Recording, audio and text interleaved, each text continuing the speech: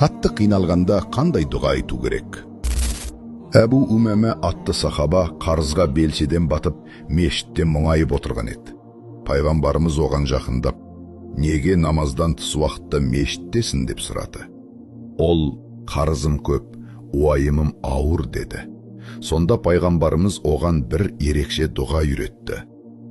Аллахумма, инни аузу бика минал хамми вал хазани, вал аззи вал касали, вал жубни вал бухли, ва галабати дайни ва қахри рижали.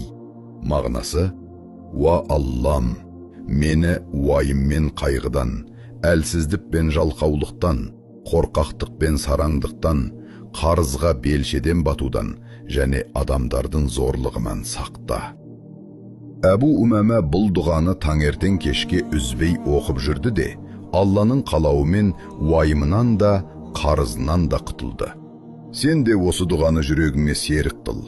Алла қаласа, қиындықтарың жеңілдейді.